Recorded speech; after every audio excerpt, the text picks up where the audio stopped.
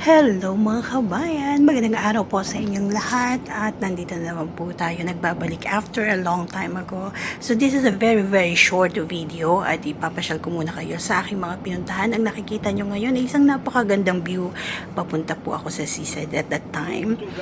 So ayan, dahil marami tayong mga ganap nitong mga nakaraan na hindi ako masyadong nakapag-vlog. So ito na yun.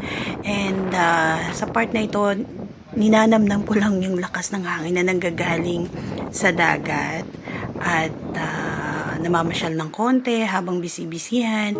And in this part naman, kagagaling lang namin mag-grocery ng mga kasama ko at nandito ako sa marina habang tinitingnan at sinisilip yung nasa likod ko.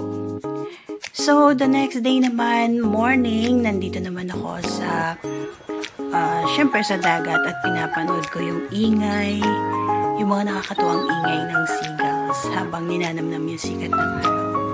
And then the next day, of course, in the afternoon, bago kami bumalik ng city, napag-isipan namin na pumunta muna sa isang pizzeria. Dito ito sa Liga.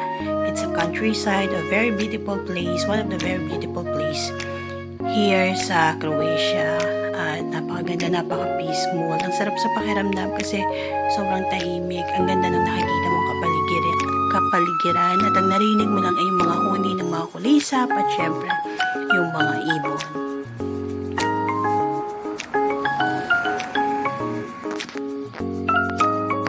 Hi! Ayan, walking tayo. Punta tayo sa pizzeria or pizza shop. Doon daw kami mag-dinner, sabi ng mga kasama ko. So, yun. Andun sila sa likod. At ako naman nauna na maglakad kasi medyo malayo pala yung pumunta na. Malayo yung parking. Anyways, pimple ako dito. Ayan.